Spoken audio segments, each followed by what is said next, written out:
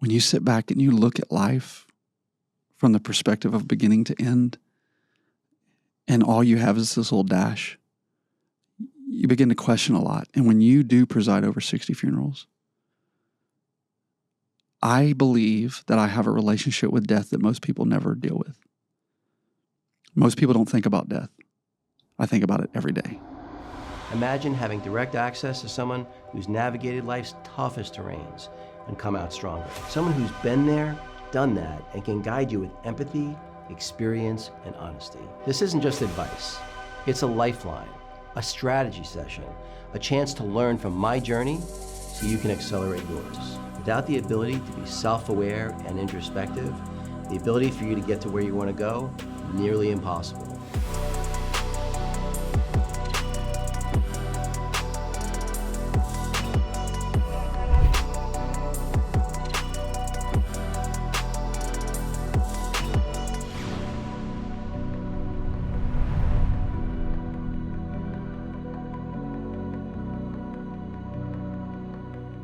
Hey everybody, welcome back to the David Guttman podcast. I have a dear friend and a person on the podcast I'm so excited to talk to. I really think the audience is going to appreciate it. Donnie Petersen. So, founder of Colere, am I saying it right?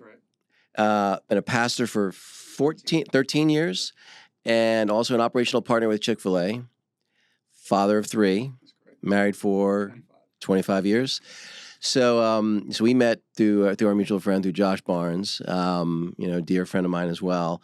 And from the first time we met, I remember thinking, I got to have this guy on the podcast. Your story is so interesting and I think inspiring. So before we get into some of the stuff you're working on now, I want to go way back and maybe talk a little bit about your upbringing, because I think kind of the trials and tribulations you had to come through in your life, I think part of the problem, I think, in our society is people have such a victim mentality. And I can't remember the exact quote. It was something like, the parents' failings will be the children's excuses.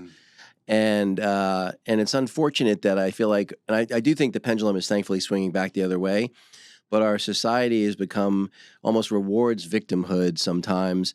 And when you see someone that, has had a more difficult start, that's, not only has he been able to, be successful and a great father and husband and all of that, but to be able to provide that guidance and leadership to other people, it's really inspiring. Yeah, so I was born and bred here in Pensacola. Been here my whole life. I love it here. I get to live where people vacation, so that's always a good thing. My mom and dad, my 2 brothers are from a different dad.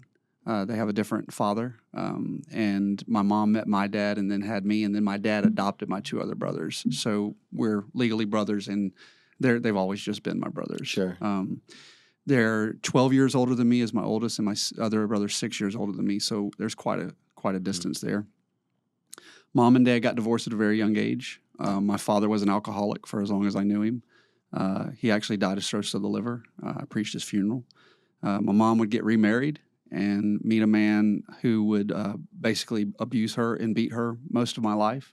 I was raised here in Pensacola in Mayfair and Montclair, which is a pretty rough side of the tracks, if you will. And as I was going through life, with my stepdad beating my mom, a lot of my life, it created a lot of anger and animosity in myself, and I really grew up without hope, and so, I grew up pagan, not knowing God, not believing in God, not having God in my life. And then at 17, I had an experience with God that radically transformed my life. And I pursued whatever he would have for my life from that point forward. And now here I am, pastor for 13 years, been with Chick-fil-A for 20 and now with Colere for a year. So really, really grateful that God has just brought me this far. So if you don't mind sharing what your religious experience was and kind of like how you internalized that, or how that impacted you. Sure. So when you're raised in the South, you go to church on Christmas and Easter. We call them Christers, right? That's what you do because you're just raised here. So that's what we would do. So I had some influence in that. There was some influence in my life in other areas, but pretty much our focus on God was about survival.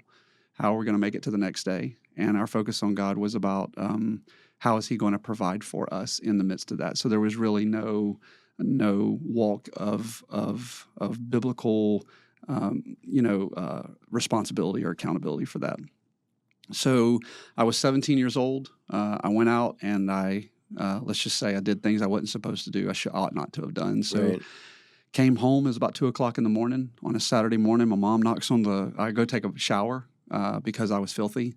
Mom knocks on the door and she says, "Hey, Donnie, what are you up to?" And I said, "Mom, I'm just taking a shower." And I said, "You can go back to bed. I'm good." She said, "Okay." She goes back to bed. And I was in the shower that night, and I had one of those like sponges, and I kept putting soap on it, and I kept washing myself. And that's when I realized that the dirt that was on the outside of me wasn't my problem, that there was dirt on the inside of me. And my heart broke, and I didn't have hope. I didn't have rescue. I didn't have anything.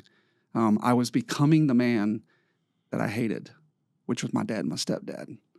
And it really hurt. It really bothered me. And I needed redemption. And I fell to my knees, cried out to God, and I said, I've been told that you rose from the dead, Jesus. And here we are, Easter week, ironically. Right. I was told that you rose from the dead, and I believe that. And if you will come in and change my life, I will live the rest of my life for you. And for the rest of my life, I've given my life to him, and it has been an unbelievable experience of transformation, worldview, changing the way I see things. I forgot who it was who said it, but, I believe in God like I believe in the sun, not just because I can see it, but by it I can see everything else. And it has become one of the most fundamental aspects of my life, and not only in the way in which I think, but the way in which I live and the way in which I love. It's changed every dynamic of my life. So you fall to your knees, you effectively cry out to God. Does he talk back? You sort of like cut the answer off there. No, did you feel different? Like, was it the next day? Like, you know what I'm saying? Like, I feel like was there some transition period, or just like that? Well, and the regeneration of my heart happened that day because I had died to myself and I had come to know him. And I didn't know what it was going to be like. Understanding I had no quote unquote spiritual experience in this, I didn't even know what it was going to be. And so ironically, that was on a Saturday, which would have been a Sunday morning, 2:00. The next weekend, we go out partying again. And I was double barreling, which basically means I had two beers, one on top, one on bottom. Right. And I remember looking at my buddy, and I was always the life of the party. Right. I always had fun. Voted most humorous in my high school class. People loved me, And I remember looking at my buddy. His name was Todd, and I said, "Todd, something's different." And he goes, "What's wrong?" And I didn't know all this. I didn't have spiritual language. You're 17, right? I'm 17 years old. And I said, "I don't know, but I'm ready to go home." And he goes, "What?" I said, "I'm ready to go home." And he said, "Okay." And he took me home. I didn't have a car. We were poor, so he took me home. And there have been steps throughout the journey that have been confirmation in that. And I hate to say this part of my journey because I don't want to make it sound like this is a promise. It's just the way God worked with me. I begged something in the shower. I begged God. I said, "Man, God, I just want to be faithful. I need a car so I can get a job." And you know what? A good girl wouldn't be bad either. Right. And I remember asking him for those three things. And a job, a car, and a girl. A job, a car, and a girl. That's all I wanted, man. Right. In that 17, that's legit. So 6 months later, I go to New York City. I was in a group at Pine Forest High School called Les Chanteurs, which is a musical group. And my buddy wanted me to hook him up with one of the girls that was going with us, whose name was Shay. And we were on this trip, and I remember talking to her, and I fell in love with her. And so he gave me my girl. 6 months later, I get a car, and 6 months later, I get a job. And within 9 months, all three of those prayers were answered. So it was just God just using that in my life, and it's just been a ride ever since. Yeah. 9 months is a short period of time, sure. But to a 17-year-old, that's an eternity. That's a life, yeah. Right? That's an eternity. That's like 1/20th of your life or something like that, right? So, how did you keep your faith or for that 9-month period of time, waiting for some of those dominoes to fall. Yeah, man, that's great. I think God began to, through what I would say would be His Spirit indwelling in me, I began to seek out things that I hadn't previously seeked out, namely His Bible, the Word of God. I began to read it vociferously. I have ADHD, so it's my superpower, but it's also my greatest weakness at times, So what I do is I read a lot. I read 6 to 7 books at a time. It's kind of a gift that I have, and I don't use it as a crutch. I use it as a gift. So I began to read the Bible, and within a week, I'd went through the entire scriptures, all 60 books, chapter, verse, from beginning to end. And I did that over and over and over again. And I was told I had to go to this church, whatever church was. Again, I don't know the language, I just knew that there was believers in places. So I started attending a church, and I started attending a few different churches, just trying to figure out where I fit in with all this. And my friends are sitting there going, "What's going on in your life? What's happening in your life?" And I was like, "I don't know." I told them about the event that night. I said, "I've given my life to God. I don't know what that means. I don't know what it means for me and my future. All I know is I've given Him everything." So I began to read His Word. So I said from beginning to end, not necessarily true. I started in the book of John. Because I was told that if you're going to read a book in the Bible, read the book of John, because it is the one that was closest to Jesus, and he gives a picture of who Jesus is and His love, and that was big to me.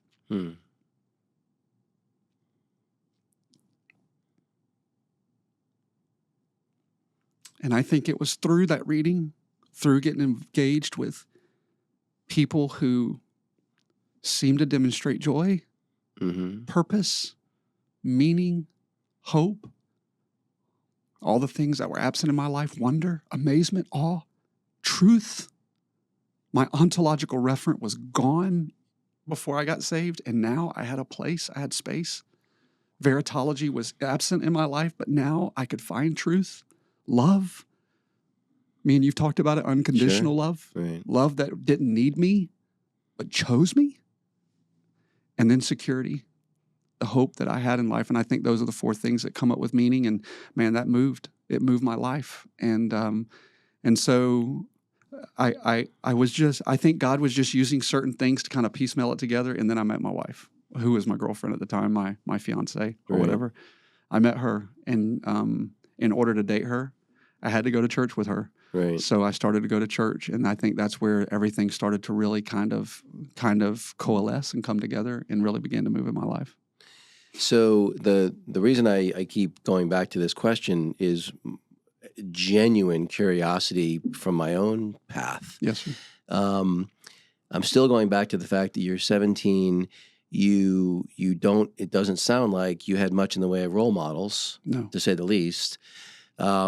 Religious or otherwise, and yet you chose a path where you go from the life of the party to the guy leaving the party, and I'm still feeling like, is there some missing component or person that, like, because even the fact that you even reading the Bible, like, where did you even come to that?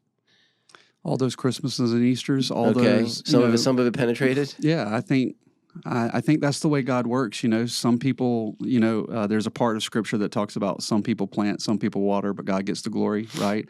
And I think through my journey, there was a little bit here, a little bit there, a little bit there, and then once I believe faith is a gift. I don't think it's something that's earned. I think faith is a gift based upon what I read in Ephesians.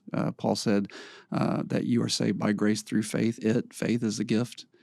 So I believe that. And the gift was given to me. And I think out of that gift, I was able to then embrace the truth, and God in His providence and His goodness just was able to see me through those things. And here I am. I've never been to seminary. I'm a 5-time college dropout. Right. I do have an Associate of Arts degree, but as far as any bachelor's, master's, anything like that, it was just a journey, and that was my journey. I'm not saying I have 3 kids. 2 of them are going to college, right? I expect my youngest one to go. I'm not saying seminary is bad. I'm not saying any of that. What I'm saying is the journey that God had for me was very unique, and to go through the pain and the suffering and the trials and tribulations that I went through, and for him to guide me through that, despite all that, man, that's good. That's good news. Why? So I never heard someone say it that way, that faith being a gift, which is interesting. Maybe let me ask you, from your point of view, Please. maybe just as a person or maybe also as a pastor yourself, why would God choose to give that gift to some but not others? I can't answer that question. Because I'm waiting for my package. That's above my pay grade. Fair enough. I would say this. I would say that the narrative of Scripture tells us that if faith is given to any, it is a means of grace. And if faith can be earned, then I would lose it. I can guarantee you that. Why do you say that? That if faith were earned, you would lose it? Have you met me? Yeah, you look a terrific guy. Yeah. Because, man, doubt creeps. Yeah. I'm certainly no biblical scholar, but even from my very limited knowledge, I feel like, most of the bigwigs in the Bible, they all had doubt, including Jesus. Yes. Right? I don't know about that one. Well, didn't he say, God is for you, God, can you have forsaken me? I feel like there was a little bit of doubt. Yeah. Again, I'm no biblical scholar. Yeah. The Garden of Gethsemane, my God, why have you forsaken me? Yeah. I don't think that was doubt. I think that was a declaration of him bearing the sin of man upon himself and him having to bear that as a man and deal with that on a very real basis. And the fact that God, his Father, had to forsake him in order for him to bear the sin of all of us, I wouldn't put doubt on that. I would put doubt on the level of Genesis 3. Doubt is what you find in our fallen nature. That once we rebelled against God, you find shame, fear, and doubt. And I think those three always creep into our lives until the day in which we are going to be home and glorified. I mean, I had a friend of mine, who I do fellowship with sometimes, who gave me a hard time because I skipped to the book of Job. He's like, "You're not ready for Job." Job's a tough one. Job's a tough one. I was like, he's like, "You're not ready for that." I'm like, well, I feel like I should be ready for all of it anyway. But again, I felt like he certainly had doubt. There certainly was doubt when, at least my reading of the book of Job, there was certainly doubt. I mean, I think Job is a microcosm, if you will, right, of a fact that there is something happening. There is something happening that is beyond us. There is something going on that is superior to us. Because if it's true that I will only believe in what I understand, then me and you are in very dire straits, because I hardly understand anything. I don't know why I turn on that light switch and the lights come on, but I believe it, and I have faith in it. And my faith is not rooted. Biblical faith is not rooted in the idea of the narrative is a wish. Biblical faith is rooted in three Latin words: notitia, fiducia, and assensus. Notitia are the notes, which is what you would call the facts. Fiducia is trust. Fiduciary is where we get that word. And assensus is the growth. So the reality is what do I know? What am I going to place my trust in? And how am I going to grow in that? It's like with my wife, right? 25 years. I have more faith in her than I do in any human on earth right now. And why? It's not wish. I'm not wishing to have faith. It is rooted in trust because of the truth that I've grown over time. And what you discover is, especially in the walk of faith, in my walk of faith, what I've discovered is when I trust in what I can know, it builds my trust in what I can't. And so when you ask me questions in regards to things that are above my pay grade, some of that is I have to trust in the goodness and grace of God in the midst of that, and knowing that whatever he has planned is going to be for his glory and for our good. So, and that's where my faith lies. It's not in, even in this Easter season, I think it's very important for us to see that, is the fact that I don't have faith in something that's a bypass of a story. I have faith in a risen Savior that is evidenced by writings and evidenced by writings biblical and extra biblical. And I go into that and I go, wait, if that be true, then can I trust in it? Because see, you can think things are true and not place your trust in them. You can trust in things that aren't true, right? You can be sincerely wrong. The question is are you trusting in what is true? And if so, then are you able to trust in that which you don't know in the meantime, in the process? So tell me how you go from, somewhat brand new Christian, seeing the light at 17, 9 months later, car, girlfriend, job, to becoming a pastor? Yeah. Like, that feels like quite a leap. What a journey. Yeah. So, did you have a mentor along that journey? Like, how did that, I want to get to the leadership and entrepreneurship stuff too, but I just feel like this is so important to understand. This is all of our conversations, right? We always go here for I 2 know. hours and then get to Yeah. 15. No, I'm kidding. So I was mentorship, I would say, would been in the church that I was affiliated with Right. after I met my wife. She had been born and bred in that church from cradle to college. I mean, she was there all the time, I didn't even know what that was like. As a matter of fact, when I show up to church for a few weeks, again, I had read through the Bible verse by verse, and I began to ask a bunch of questions. And by the way, I don't know if you probably don't know this, but you're not supposed to ask questions. Well, I didn't know that. Yeah. You're supposed to not ask. So anyway, I was always, that kind of guy. Hey, why are we not? Why is this? What's going on? So I began to ask a lot of questions. But then there was a man in my life who was the pastor of the church at that time. His name was Brother Dale, and he was just so very steady. This is a man who has lost 3 kids, 3 sons, all of them passed, and he was just a rock, man, just steady. And it was not any miracle, nothing explosive. It was just that steady masculinity, that biblical steady masculinity. And why? Because of what he believed about Jesus. And I think that had a huge impact on me, that I was always looking at that as something that was very, very honorable, very respectful. But I would have never expected to become a pastor, just so you know, never. So my wife and I'll fast forward. We've been together since 1994 is when we started dating.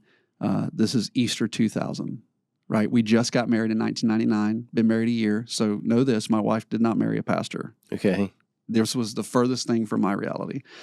So in church life, there's something called gallery seating, which is you have the seating down 4, and then you have this gallery seating up on the side, right? I was sitting in the gallery seating of East Brent, which was the church I was going to. And Brother Dale, I had heard him preach for 17 years and never once had heard him say what he's about to say, what I'm about to tell you, never once. Okay. And he didn't after. So it was just, I can't explain it to you. Again, one of those, it's above my pay grade. But I'm sitting there and we give an invitation. Back then the Baptist, the church I was involved with, gave an invitation for people who wanted to accept Jesus to come forward, blah, blah, blah. I'm just a church member. I'm a nobody, I'm somebody, but you understand what I mean. Right.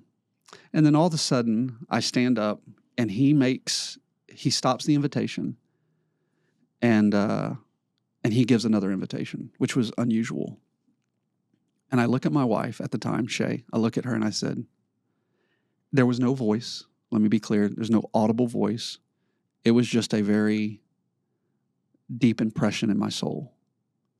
And I said, Shay, and again, I don't know the language, right? I've only been saved now for 5 years, still understanding the language, what it means, all this means. And I said, I think God's calling me to preach. And my wife looks at me and she goes, no, he's not. And I said, Roger that. Honest to God, I said, Roger that. So I stand there and I'm still just standing there and I go, okay, I must be, must have been the breakfast. I don't know, whatever. I don't know what's going on in my life. And then Brother Dale stopped the service, stopped the entire invitation. And he said, I have an impression that somebody in here is being called into the ministry. And if you're being called to full-time service, make it public now or you may forever be quiet. And I looked at Shay and I said, I am so sorry. And I walked down and made it public. 6 years later, I would become the student pastor at that church. Okay. 6 years following that, I would become the senior pastor of the church that I'm at. And it's the only 2 churches I've ever been at. And I've been there now for 13 years. Did you ask Shay why she said that to you? She didn't want to be a pastor's wife. What is it about being a pastor's wife that she found unappealing?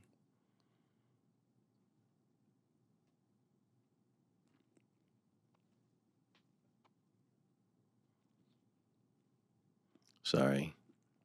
We can go to another question if you want. It's fine. Yeah. I was at, sorry. No, you're fine, Donnie.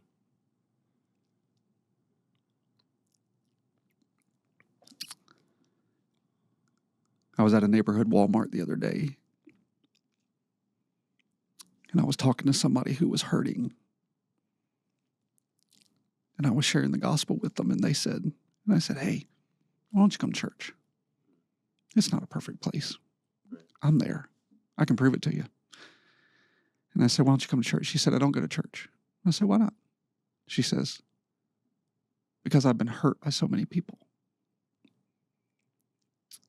Tears began to roll down my face like they are now. And I said to her,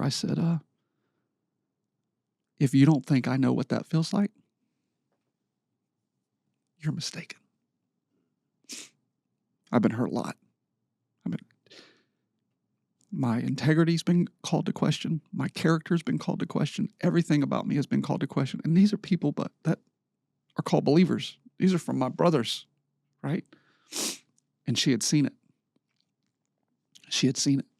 It's why, it's why so many people, I believe, it's why there is such a resistance to the church. Is because sometimes it can be so painful to work with hurt people. And hurt people, And she had seen she knew because she had been in church her whole life. She knew the challenges that would bear. Financial challenges, the challenges of you get a phone call in the middle of the night and somebody's passing and you have to be there. I've done over 60 funerals, and when you're called on to do the funeral of a 6-month-old baby whose mom accidentally rolled over on her, and the pain. The funeral for a 9-year-old boy who hung himself accidentally outside of our church. I mean, right down the road from our church. To sit with that mom through the pain, and yet still, to have people question your integrity and your character. If you don't have faith and you don't believe you were called to it, you're going to get out of it. You better get out of it, because it's what sustains you is not the ancillary. What sustains you is the internal. And I think she had a picture of that. I think she had understood that. And I say all that because I'm making the church sound really bad right now. Right. But it's also very beautiful. Well, how is that? So, 13 going on 14 years now. How has that journey been for her? Has it been, I'm assuming, tolerable? Mm-hmm. But has she come around to? I would imagine, she sounds like you sound like you have a great relationship, that she's supportive of it. Does she now embrace it? Yeah. So that was a part of the journey when, 6 years after when I actually became a student pastor, God had done some refining in her heart. He had brought her to the place of brokenness due to career opportunities that I had. At the time that I was called, I was working in LaGrange, Georgia, which from here to LaGrange is 4 hours. So what would happen is I would leave Pensacola on Monday, show up at the business that I was working at on Monday, work Monday, Tuesday, drive back Tuesday night, be here on Wednesday, drive back on Thursday morning, work Thursday, Friday, Saturday, drive back on Saturday night so that I could be here Sunday. That time, that space of separation, we had 2 kids at the time. And I think that time of separation, God was doing his work in her. I think God had to prepare her just as much as he had to prepare me, right? That we would be able to understand that our calling in this would be number one, to him and for his glory, and number 2, to understand that our marriage, that's not true. Our marriage turned when we stopped looking at our marriage through the lens of our marriage and started to look at the lens through that which is infinite and eternal. And so the reason behind that is because what marriages sometimes happen, I don't want to, become a marriage counselor here, but marriages become consumptive. and it's all about our marriage. And what you find is it begins to eat itself away. How can our marriage get better, better, better, better, better? And then it just becomes, it's all about marriage. Well, what if you and your spouse were brought together for a bigger purpose, for a greater vision, for a greater opportunity? And we began to see that. And we began to see that, hey, wait, our marriage could actually be used for the glory of God and for the good of man. And so when that began to change and we began to move in that direction, God began to do a work in her life. That's a podcast in and of itself, but he really did, man. He began to move in her life and really bring some peace to the overall calling that I had. And I'll never forget when I was called to be the student pastor. I was in LaGrange, Georgia. I was at I was sitting underneath like a barn, and underneath it was a swing, and I had my feet in the river, and I had Shay on the cell phone, and I said, I was just called to be the pastor, the student pastor. And she goes, and I'll never forget it, she goes, Donnie, I'm ready. And I said, well, praise God. I'll call and I'll say yes. And it was, and it has been a journey. It's been, what I was wanting to say is, it's been a journey. What's crazy is I've been more hurt in the church than I ever did outside of the church. But I've been more loved. And the question that you often have to ask yourself is, are you willing to embrace the love as well as the pain? Can you go through trial and tribulation and understand that suffering is the means by which oftentimes you're able to experience love in the greatest ways? And I think my life has kind of been that picture, right? That can you allow suffering? Can you allow pain? Can you allow these things to make you're either going to become bitter or you're going to become better. Right. You're either going to embrace them and grow, or you're going to have a victim mindset and you're going to let them eat you alive. And I think that kind of mentality in our marriage and in our home, and it's with all my kids, they'll tell you I'm bulldogmatic on these things, on not being a victim, on taking personal ownership, et cetera. And I think that's what happened in our life. We began to say, hey, wait, I will never allow, what you think about me is none of my business. I'm never going to allow somebody's opinion of me to dictate my purpose. And that's what really has motivated us to be able to sit back and go, wait, I've experienced love in ways that I never thought I could from friends and people and that I never had before. Generous, gracious, good people. But there are some in there that aren't so gracious and generous and good. And, you have to be able to embrace them too, because as a pastor, your responsibility is to impact their heart with the gospel. And if you think it's always going to be, if you think the gospel, which means good news, if you think the good news has always come to bear on people who are doing good, well, then you're in the wrong business. You're in the wrong calling. Well, it's an interesting segue to the topic about leadership. We were meeting earlier today to talk about your leadership business, which we'll come to. But as I think about it, and I hadn't really thought about it till now, but being a servant leader as a pastor, which I have to believe in order to be a good pastor, you have to be a servant leader. I don't think there's any other kind of leader you could possibly be and at least be an effective pastor. That's right. I have met people, I guess it depends on your definition of effective, but I have met people that are not servant leaders that are effective in business. But I believe the most effective leaders, certainly over a long span of time, are people that are servant leaders, in the corporate world as well. And maybe talk a little bit about kind of, and again, you and I, even though we've talked about the leadership stuff that, you're doing with your company, we never really talked about maybe the overlap and how much of that has come from your experience as a pastor. Oh, man. I'm really curious because I gotta believe there's overlap there. Oh, so much. Often what I tell people when it comes to leadership in business is I said, my theology experience has provided me the ontological referent and the veritological reality in order to ground me in leadership. So that is where it stems from. So it is the foundation, it's the worldview, it's the lens, if you will, from which I see leadership and I see servant leadership. Because it doesn't matter from what faith background you're from. One of my very good friends, business partner in Uganda, I run a NGO in Uganda. He's Muslim, and we talk about Jesus all the time. And one of the things that I think, no matter what faith background you're from, if you were to honestly read just about Jesus and get everything out of the way, just read about him, you can't doubt that he was a great servant leader. And I mean, what other example do I have than to say that I serve the servant leader, the one who at the Lord's Supper would take on the form of a servant by washing the feet of his disciples and saying, now this is how you do it. I think that's the example that I have, and I think that provides me the foundation for all. It is the source and foundation for all the leadership that I do, no doubt. So this morning when we were at the Chick-fil-A office, and I got to meet with your the executive leadership team, which really wonderful experience. Seeing what were there, maybe 10 of them or so, about 10 in the room, and hearing their stories. What part of West Africa was that one gentleman from? Uganda. I mean, by the way, maybe I need to have him on the podcast. He sounds like a really interesting guy.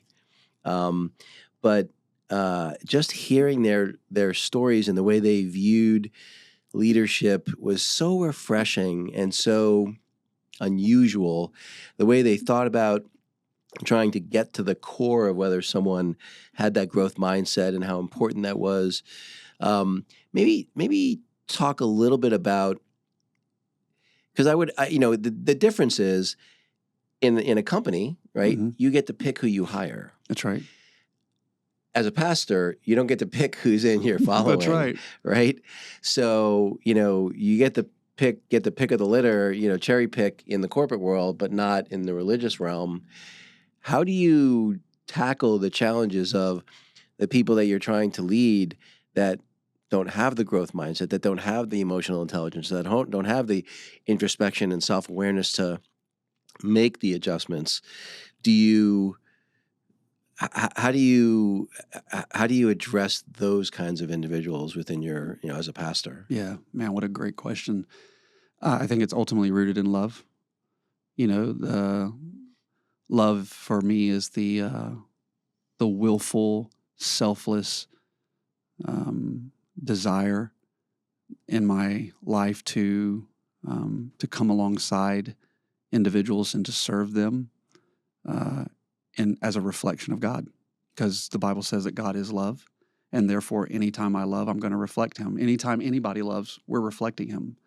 And so for me, one of the differences is I've often said that if you want to find your real leaders, find nonprofits, because you can't force somebody to do something. They have to want to do it. And it creates a different perspective that you have to be able to have vision. You have to be clear. Now, some nonprofits obviously can operate outside of these things, but if you want to find somebody, get somebody who, I think the lowest level of leadership is a leadership that's based upon authority and power. True leadership is based upon character. And, one of the things that we found in the church is we change our language in the church, in our faith family, is we don't have volunteers.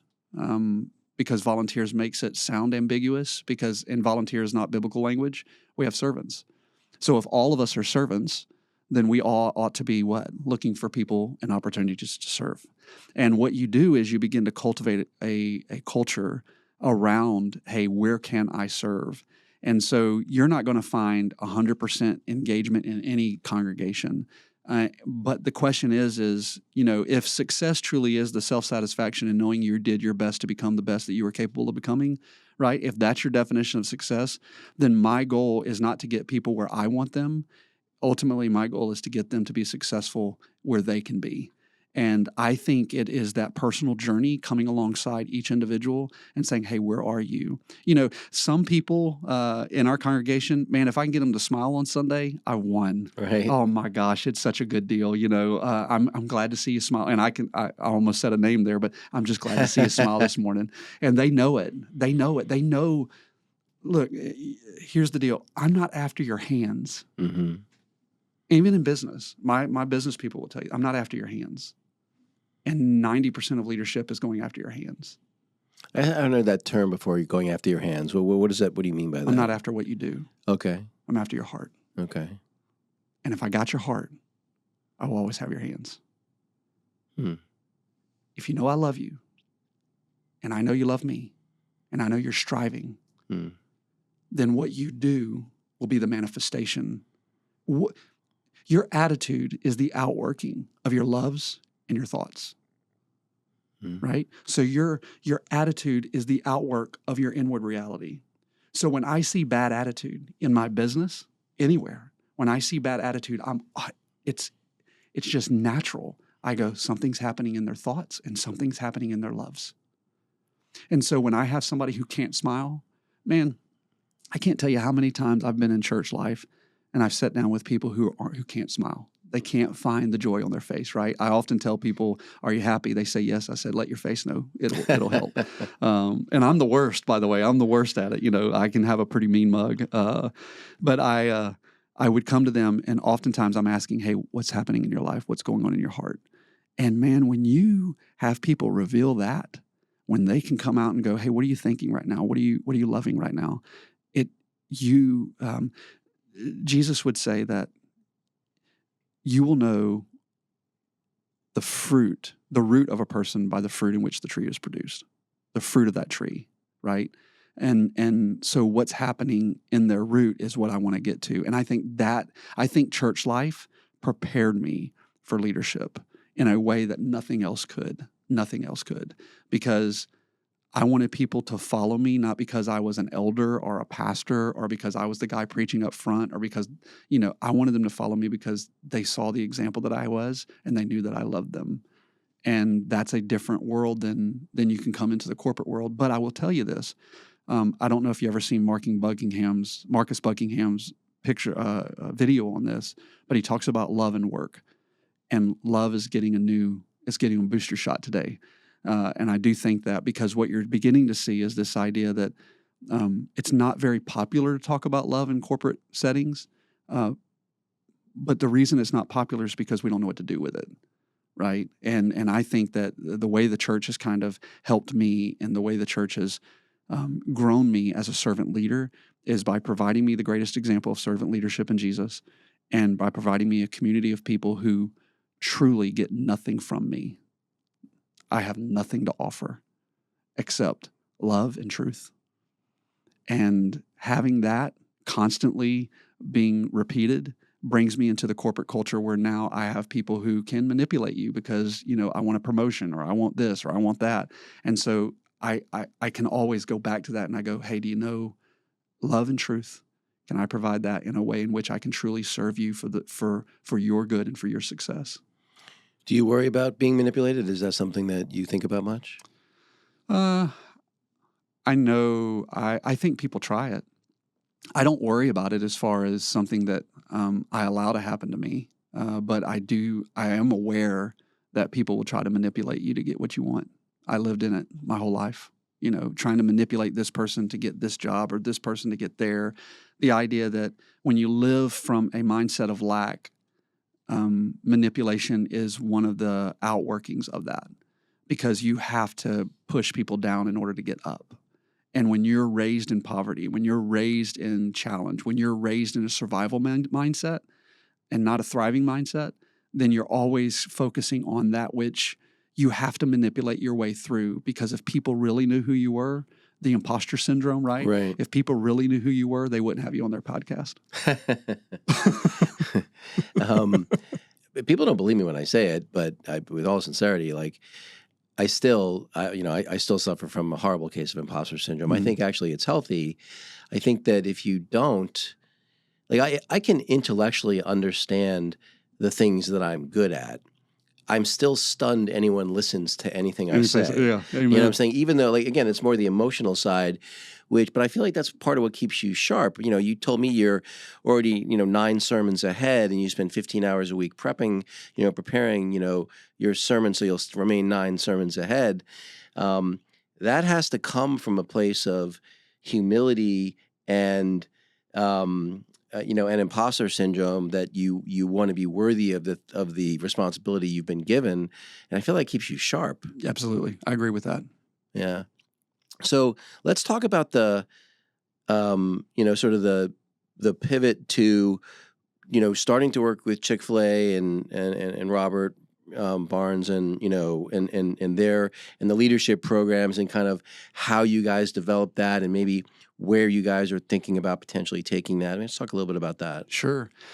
So I was working for a company here in Pensacola. 9/11 happened. The plane that hit the Pentagon had the chief operating officer in it, and everything really went haywire in that company. And I lost my job, and I found myself on the back of 6 months of credit card debt. Right, 6 to 9 months of credit card debt, and at that point, I wasn't really what I would say a faithful steward of all that God has entrusted to me. Right, I was living up to my means. So I went and ate at Chick-fil-A, and the person sitting behind me, their daughter was in our wedding. They were our flower girls in our wedding. And she turned around and she said, "Hey, Donnie, is that you?" And I said, "Yeah." And she came over and she sat with us. She said, "Would you ever come to work for Chick-fil-A? Robert's looking for a new GM." And I said, "No, not interested." I said, "I don't like being around food. The food industry is just not my cup of tea. And to be honest with you, I don't like grumpy people. And people get grumpy around food people, and I just don't like it." And she goes, "Well, just meet Robert." So I said, "Okay." Really, to be honest with you, as a favor. So me and him sat down and we talked, and he goes, "Hey, this is what I'm looking for." And we had a long conversation, and things began to I began to get more interested in the vision, Robert's vision, even more than I did Chick-fil-A's vision, to use a Chick-fil-A, to use a chicken restaurant, to grow and influence people. Now you got my attention. What can we do? And he started talking to me about how many people we had. At that point, we were a $4 million restaurant, right? So he said, "Hey, I wanted to do something." He goes, I want you to go to Atlanta. I want you to see the bigger picture." I said, "Okay." So I went up to Atlanta and I visited Truett Cathy, and I sat down in his office. Me and him had a conversation. CEO of Chick-fil-A. Yes. Wow. Yeah. Who has since passed, but he was a great guy, man. Hospitable. Oh my gosh. I mean, this guy's worth billions of dollars, and you're just sitting in his office, and you would think you're talking to anybody, right? Just a humble, loving guy. So I come back. I work in a Chick-fil-A there in Atlanta area, and then I come back, and I'm still not sold. I'm still like, I don't know. So me and him continue conversation. This is 9 months of interviews. Me and him talking back and forth. He sends me back up to Chick-fil-A. I meet Truett again, and then I come back and I said to him, "My greatest fear is that I'm not going to be able to facilitate your vision because I come from a different industry. My industry, I was still being, let's say, massaged, right? I came from an industry where abusive language was normal, abusive power was normal, and I was wanting to get away from that. I was wanting to remove myself from that. So I said, "I don't know if I can facilitate all your values." And so we talked for a while, and then eventually he said, "I want you to be my GM." And I said, "All right." I said, "What do you want?" And he said, "I want to develop leaders. Very important to me." This is before we ever had our mission statement at 9 Mile Road. He said, "I want to develop leaders. Very important to me. And I want to win Symbol. Symbol's the highest award you can win in Chick-fil-A. You get a free car for it. It's a year-over-year sales increase, a percentage of year-over-year sales increase. And you got to be top in the chain to do it." So I said, So you have to have the highest level of sales increase in one the of whole the percentages. Chain. Okay. Yeah, they set a percent, and if you do year-over-year of that percent, you get Symbol. So and I said, what percentage of the locations? I forgot what it was then. I think it was somewhere around 21, 18 to 21, somewhere around there. Okay. I don't remember specifically. No, the percentage of the locations that earn that Symbol. Oh, you're talking out of 3,000, maybe 50. Oh, wow. Okay. Yeah. Okay. Yeah. So maybe like 1.5%, something like that. It's very small. Yeah. But they all get a free car. Okay. It's a good deal. Not a Hyundai, I'm guessing. No, it's a Ford. Okay. And that has to do with the Truett Cathy story, because he was in Atlanta, and when he was at Dwarf Grill, he was right across the street from the Ford manufacturer and Delta. So Truett, because they were so faithful to him during all those times, anytime he bought a car, he would buy a Ford. And anytime he'd go flight, he'd go Delta. Okay. Because it's Atlanta-based. So it's a pretty good story. So anyway, so I become the GM. This was in September. And I said, all right, we have to win Symbol. Because that's going to put us on the radar, whatever. So in a long story, beautiful story, by the way. I mean, some of the things we did by God's providence and grace were just beautiful. This was the year that Ivan hit here in Pensacola. Right. So the fact... I remember you telling me one story about like you were serving all the first responders, if I remember. Yeah. It was a crazy story, man. We realized that at that moment we would not have won we did a SWOT analysis, basic SWOT analysis. One of our greatest external threats was losing power because of hurricanes, because we have hurricanes. And so Robert and I go and visit Gulf Power. It was Gulf Power at the time. And we meet with them and we say, hey, we would be willing to, if you'll help us get power, we'll facilitate food. And at that time, there was no contract or agreement. So they said, sure. So Ivan hits. We set up food and we start distributing food to all the power people. And there were thousands. And we were rolling. I mean, we were closed for 2 days. Now, you got to understand, I don't know if you understand anything about the food industry, but there was no water. You had to buy bottled water. So there was nothing that could deal with water that we could provide. So no lettuce, no wraps, no salads. You can't do lettuce and tomato. There's nothing you can wash that could do that. We had to go buy water, boil it, and then use it. So it was chaos. So all you had was chicken. Right. And we had Florida Highway Patrol bringing in chicken trucks just to provide chicken for us. And it was for first responders. So it was quite a story. So we end up accomplishing Symbol. And through this journey, we're also developing leadership program. And who's doing the actual development of it? Robert and me. Robert, okay. Yeah, Robert and I. Chick-fil-A, Chick-fil-A services the operator, but it's the operator, because it's a franchise, it's the operator's responsibility to do their own development inside the store. Where Chick-fil-A is so good, and they are unbelievably good, is at choosing good operators. It's such a selective premier selection that it's very difficult to become a Chick-fil-A operator. So Robert and I, and it started with, hey, read this book, watch this tape, hey, listen to this. And people would come back, hey, what did you think about that? It started with that. And then because him and I were always involved in leadership in some aspect. So then we began to say, hey, why don't we start to kind of put these 2 books together, and we start giving it to everybody. And we said, okay. And from the very beginning, we wanted to institute a leadership culture, not merely influence leaders. And that's a big deal. That's a big deal in my heart, is that if you want to merely influence leaders, there was programs, beautiful, fantastic programs that you could have went to, Korn Ferry, Maxwell, all these fantastic groups that I can go and do all the resourcing I need. But we were in a different place. We didn't have leaders that needed to be developed. We had 16-year-olds, 17-year-olds, 18-year-olds, 66-year-olds. Right. That we were trying to get to run a multi-million-dollar chicken business. And we wanted them to do it with joy and generosity and love and care and all these things. So how do you cultivate that? So what we began to do is just put resources together. And it was just a labor of love. So eventually we get to the space of going, hey, Robert asked me, he goes, Donnie, we need structure around this. Okay. So I began to read. That's what I do, right? And all these books and stuff are coming from Robert and me because we're reading everything, right? So I read Good to Great by Jim Collins. And when I read that book, I said, Robert, there's our structure. I said, let's just strip it right off of it. Let's do the 5 levels of leadership, and we'll do that. And that's what we did. We started to, level 1 is a highly capable individual. So what we started to do is push books and resources that make a highly capable individual. Level 2 is all about relationships and contributing team member. So we started to push all of our resources of teamwork towards team member, competent manager, effective leader, and then your executive. So we began to build these resources out. And over 20 years, you get a rhythm. And this began to cultivate this community where we began to see like people that didn't have hope start to have hope. Right. People that didn't have influence were starting to have influence. And then people began to ask us questions, right? How did you do this?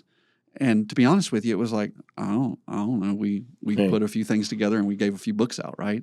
But then it became, hey, we want to cultivate that culture. Me and you were talking about this earlier, and I think that a lot of people, I think that a lot of people want the results that the culture gives. I don't think they're willing to pay the sacrifice that the culture requires. And when I look at that, I go, there's a lot of things that go into building that culture that are outside of just merely the resources that we had. So we began to do that, and we began to try to help other businesses do that until it became obvious to us that maybe we have something. So Chick-fil-A started sending other Chick-fil-A's to us and saying, hey, what are you doing? And then we started getting outside influence. Other companies started coming to us and saying, hey, how do y'all do this? So Colere came from that? That's where Colere came from, yes. So Colere first. Now, are you now selling, at the time, when you first started it, were you then selling the leadership training to the other Chick-fil-A locations, or were you just providing to them for free? Or? Absolutely giving it away. Oh, wow. Okay. Yeah. So we would give, we had this list of resources and the order of those resources. So we would give them away, and then we would call them back. Hey, how are things going? Well, it's good. It's just a list of resources. Well, but there's this and there's that. And we, you try to do that. And then we started to learn, wait, there's more to that. There's more to it than just merely giving a book, right? You can give anybody a book to read.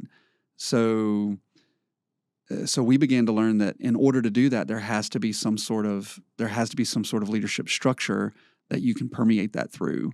And that's where Colere kind of came out of, is this, how can we provide this structure so that we can now help other businesses? Where it really got interesting, where it really kind of took off was COVID happened. And then all Chick-fil-A's, because they're so innovative and so good at what they do, all Chick-fil-A's began to innovate. And our store began to be very innovative in our drive-through. So we began to make some adjustments to our drive-through, and it was a TikTok or a Facebook or something. I don't know what it was, but it was local. And somebody asked the question. They said, hey, if Chick-fil-A 9 Mile Road, if they would just run the DMV, this would be an awesome place, right? And then what happened, it was weird because it kind of went a little viral. And then people started to call us and say, hey, what are you doing? How do you do this? And that's when Robert and I sat back and go, hold on, what if? And Dave, so over 20 years, and I'm not exaggerating, thousands of people have been impacted by our leadership. I can tell you stories of people who have went on to be very, very successful in business, very successful in life. Well, you were telling me that the Navy Federal Credit Union is basically, if they've got Chick-fil-A 9 Mile on their resume, it's like, boom, you're already into the second round. Right. Yeah. Maybe tell me this, who's been the most successful person that's ever gone through the leadership training, at your location? Oof. If you know.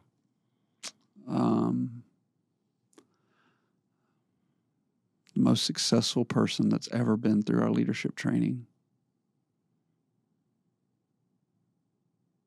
Man, that's a hard one. That's right. We can come back to that. But it's. I mean, look, I just saw it with my own two eyes today. Meeting your executive leadership team, you can just see, and I can't remember the woman's name with the red hair sitting right there in the front. Rhonda. Her smile is just like, she looks like she's literally smiling 24. Even when she's asleep, I have a feeling she's sleeping. Yeah, she's that's probably her. smiling. Yeah. Talk a little bit about kind of the biggest challenges, and you and I talked about some of them, but what you see as the biggest challenges to try to take something that was done for a more specific purpose and try to make it, appealing to maybe a broader audience. Like, what do you sort of see as the biggest challenge in doing that? Yeah, some of the challenges of integration. I would probably, it would start with cultural foundations. Language is very difficult, especially if you already have cultivated a culture of victimization. You've cultivated a culture of excuses. Discipline. The amount of discipline that it takes to cultivate leadership is unprecedented. And most people aren't willing to pay that price, right? Most people have, it's been written. Henry Cloud once wrote, "You get what you create and what you allow." And the reason that you have what you have is because you've allowed it or you've created it. And trying to get people to switch that and understand that, hey, take responsibility for the fact that you as a leader have allowed it, or take responsibility for the fact you as a leader has created that. You put that on your back and you decide to make that change. And trust me, it's going to take discipline, because it takes discipline when you have a 17-year-old who says, you know what, I don't like to read. Right. It takes discipline to say, I know. And that's why we're doing this, right? It takes discipline to be able to stand up and to go. I think the hardest, and this goes back to my pastoral role, the hardest thing to do is to see the good for someone that they can't see for themselves, and to let them know, because we have become so ingrained, especially the most recent generation. We've become so ingrained in the fact that we need immediate gratification. And that immediate gratification comes at expense, and be able to clarify that for them. So I would say language, discipline, and the fact that the investment into leadership is ambiguous, because typically you go to some businesses and they start having a bad month or bad finances, and what's the first thing they start to pull away? Leadership development and training. And you're going, well, that's the one thing that you need the most at the moment that you're the worst. And why? So why is that? Last thing I'll say is this. I mean, I got more, but last thing I'll say in this is it is such hard work. And what I mean by that is, like, for instance, I was telling you about our decision-making process, right? Most businesses that I have ran into don't value the work it goes into thinking about how are your people making decisions. But they expect their people to make the right decision. That's an assumption that you're making. And you know what happens when you assume, right? And that's an assumption that you're making. You're assuming that your people are going to make the right decision. But my question to you is, do you have a decision-making model that can help them make that decision? If not, then you're not leading them. They're doing what they've always done. And if you do what you always done, you're going to get what you always got. And the definition of insanity is to expect a different result. So what you have to do is you have to look at that. Focus, discipline. Discipline's a good one. Love. I'm naming some of the things in the program that we go through, but these are deep things that you have to think deeply about. And if all you're wanting to do is to experience a translation into direct ROI without the investment, then it's like any business leader knows this, but they're not willing to make that investment in leadership, because what they want to do is do you really care? Do you really care about the people? And I think the most difficult part about this is you find out, and you know this, you've dealt with so many leaders, they really don't care about their people, and that takes a lot of guts to sit back and go, hey, you're using people to get things instead of using things to get people. Well, it's funny because funny is the wrong word. It's interesting that people treat, when you focus on the company first and the person second, in my opinion, you harm the company. You might get a slightly better result in the short term, but even in the medium term and for sure in the long term, you get a way better result. I mean, I remember, just from the economics you and I were talking about, going from an average of 60% turnover even to 42%, which, again, I would argue that number is inflated. But when you and I did the rough math, that was like $6.5 million for a 1,000-person company in savings just on turnover alone. I mean, that's an insane number. And I would argue that number is low, because I think just because of where you guys are geographically with military base and colleges and so forth, that you have turnover that is going to happen no matter what you do by virtue of that. So, but even if I just use that number, that's kind of a crazy number. Let me ask you this, as we look to wrap up here, by the way, the time has flown here. I really appreciate you taking the time. But I'm curious how it's been, because you have 3 children, 2 girls and a son, as I recall, right? Yeah. and coach your Little League, coach your son's baseball team, if That's I remember right, which has got to be so much fun. I remember my dad coaching my Little League baseball team. Some of my fondest childhood memories are from that. I'm sure your son feels Love the same it. way. But anyway, how do they feel?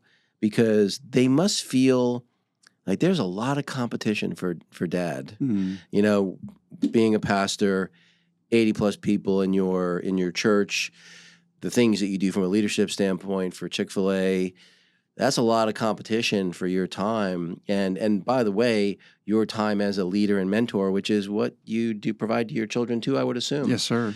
So how do they feel about that? So our entire, I think it goes back to the mission of our family, right? The mission of our family is to glorify God and to enjoy Him forever. No one member of our family is more important than any other member of our family. So we are all together in this, but we live in rhythm, right? Often I say I'm very cautious about balance because balance creates stress for me because, now I got to spend 4 hours here and 5 hours there and this and this. But rhythm is different. Rhythm means that dad can go for a week over here, but he's got to swing back. Dad can go over here, but he's got to swing back. And it's this beautiful rhythm of life. You know, often I talk about life in terms of, obviously the scriptures, John says that it's this idea that abiding and fruitfulness.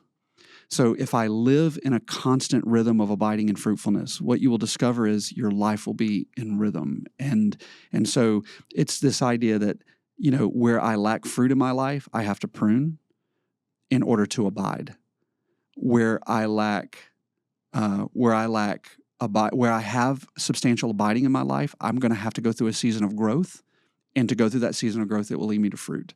So for our family, it's this dynamic that we're always embraced in the glory of God and enjoying Him forever. So the question it's not about, hey, what's best for dad, or what's best for Mackenzie or Morgan or Chase or Shay.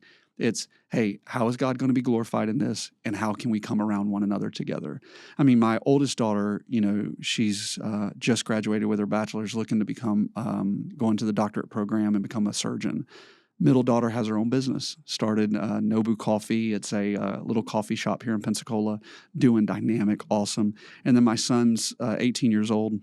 She's 21, by the way. My son's 18 years old, and he's in baseball. And so right now, the rhythm it's heavily towards Chase because we have 3 baseball games this week, right? Right. Or it would be, today my rhythm was with you most of the time. Now, if my rhythm was always with you and always at work, then I'm not going to be able to live the life that God has called me to live to glorify Him. Why? Because I'm also a father and a husband. So, and by the way, it goes also with those two, right? I can also allow either of those to become the primary dynamic of my life. And if so, then it gets out of rhythm. But I'm a husband and I'm a father, and my responsibilities fall inside of that rhythm. So we live inside of this beautiful rhythm, and sometimes it's chaos, right? I mean, that's life. But it's always there's never a time that my kids can't come to me and go, "Dad, I need you." I bet one of them just texted me, as a matter of fact. I can feel it in my pocket. But Dad, I need you. And I won't spend my time me and you were talking about this with your own daughter, right? Is that there's never a time that my kids don't have full access to their father. Never. Nothing ever separates me from them that they have full access to me. But now that they're adult kids, they also understand the realities and the responsibilities that I have in life. And with that, there is a mutual respect and a mutual love that we have with one another, because I've never missed a game. I've never missed an event in their life, meaning plays, musicals. I mean, I was both of my kids' head volleyball coach at the school. I was a head soccer coach at the school. I'm now a baseball coach at the school. And so I've always been very integrated in their life and very involved. My daughter's business, I'm a partner with her. So she's always coming to me. So our family is very integrated. Our faith, our family, it's all very integrated in the rhythms that we believe God has provided for us. And it's always been something that I think the best way there's never been a time where my family competed for my faith or my family competed for my work. We've always kept that in rhythm. My wife is very, very good and loving me, and she's very loving to me, and she's very good at saying, Donnie, I can be a workaholic, right? I can really throw myself into some work. She's always been good in saying, hey, we need you now. And I respect and love her so much and know that she can see things that I can't see and my own weaknesses, that I can go, heard, I'm coming back. I'm getting that rhythm back. I've never heard the phrase before, and I'm totally stealing it. That, it's not about not having balance, but having rhythm. I really like that, because that feels right to me. Where is that? You make that up yourself, or is that something you heard, or biblical or something? Or I mean, it does come from the idea of, in studying the life of Jesus, one of the things that he was always good at is, you will notice that he gets up early in the morning to go spend time with his Father, but then he would spend time with his disciples, and then he would spend time with the crowd. He was just always in rhythm, but he's the God man, so he's perfect like that, right? And so what we can do is emulate that and show that. There was a moment in the scriptures where it says that, and I still find this fascinating, that I'll be preaching on it in a few weeks. So Jesus is with his disciples, and they're with the crowd, and his family is outside. So get this, the outsiders are inside, and the insiders are outside. And they come to him and they say, hey, your mother and your brothers are with you. And in that moment, he goes, hey, who are my mothers and brothers? It's those who do the will of God. So he was pointing to the disciples. In another chapter, it says, and he was pointing to his disciples and saying, you are my mothers and brothers. You are my family. And his dynamic of rhythm is just so beautiful. And by the way, he gave that to us in nature. So it's not like we're looking at this going, this is something outside of us. It's natural. It's what he has implanted in creation, right? And so when you look at creation, when you look at, I have a grapevine in my backyard, very small backyard, but I love gardening. I love the idea of cultivating, which is where Colere comes from, right? Why? Because dealing with nature shows me something. It reveals something about God's creative order. And in that, I was able to see, when this vine grows, there are so many months where there's no fruit. No fruit. Like right now, if you go to look at my grapevine, there are leaves everywhere, but there's no fruit. So is the grapevine dying? No, it's growing. But I have to wait for the fruit. Once the fruit is produced, then what happens? Then I have to prune it, because if I don't prune it, then those branches aren't going to produce new fruit. So it's a constant rhythm back and forth. And like I said, if I were to use a non-biblical reference, let's say I were to use a more secular idea, let's call it rest and work, right? You rest and you work. And we would say that you work from your rest. You work from your rest. You don't rest from your work. That idea, that paradigm, we can talk about later. But it's the idea that it's this constant gauge that's going back and forth. And how do I live in balance? Not balance. Because balance, I'm always out of balance. Right now, I'm totally out of balance. You have my full attention. My wife doesn't have my attention. My kids don't have my attention. Chick-fil-A doesn't have my attention. My church doesn't have you got my full attention. I can't be in balance right now. But I can be in rhythm. And I have allocated this time on purpose to be with you and to spend this time with you and to invest in this opportunity and to invest in this relationship. And it wouldn't be fair. It wouldn't be fair to you for me to sit here and be distracted all the time. If you've ever sat with somebody and they have their phone on the table and they're constantly distracted, right? Yeah. It's better not to be in balance, actually. It's better to be intentionally in rhythm and allow yourself to be out of balance when it's right and to be in rhythm when it's right. And I think that's more beautiful. I like that. All right, so my last question that I've never asked anybody, because I've never had someone quite like you on the podcast. So you said you've had to basically, oversee, I'm not sure what the right word is, at 60 people's funerals, something like that, right? Eventually, someone will be doing that at your funeral. What would you want them to say about you and the life you lived?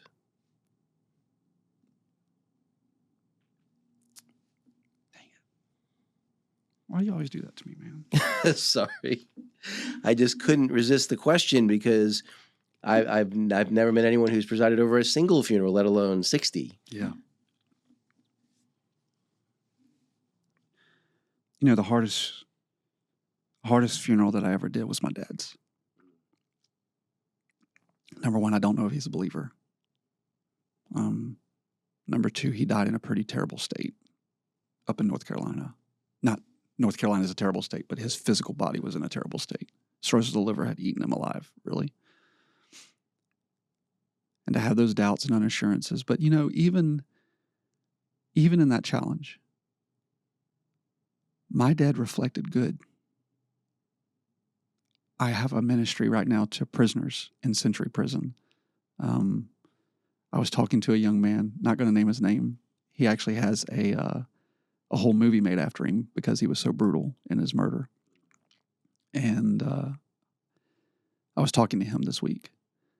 And, you know, when you sit back and you look at life from the perspective of beginning to end, and all you have is this little dash, you begin to question a lot. And when you do preside over 60 funerals, I believe that I have a relationship with death that most people never deal with. Most people don't think about death. I think about it every day because I have people in the hospital. I might have to preach their funeral. When you deal with death like that, you have a very good respect for life, right? One of my favorite prayers ends by saying, if today be my last day, may it be my best. And my life mission, I worked for 15 years to write this thing. Still working on it, right? I don't know if it's going to be the end of it, the final narrative, but it's to influence the faithful, passionate pursuit of an excellent life for the glory of God.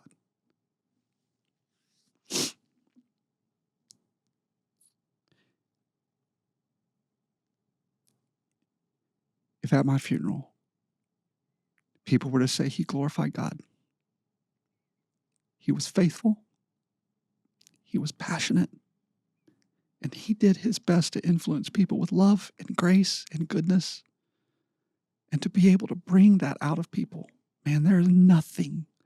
You asked me before, what was the greatest picture of our leadership?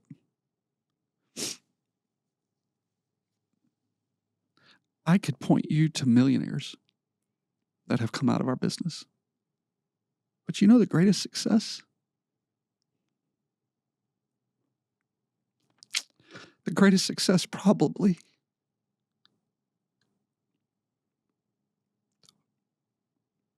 was the influence that I had the opportunity to have in the lives of young people who had no hope.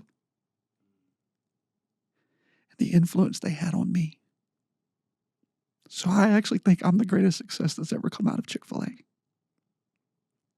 Because of what they didn't know is I needed them more than they needed me. It's funny how that is, isn't it? It's so counterintuitive, but it's so part of the human experience that we try to give with the best of intentions, and we receive whether we want to or not. Yeah. You know, Donnie, it's been an absolute pleasure. Thank you so much for your time. My pleasure.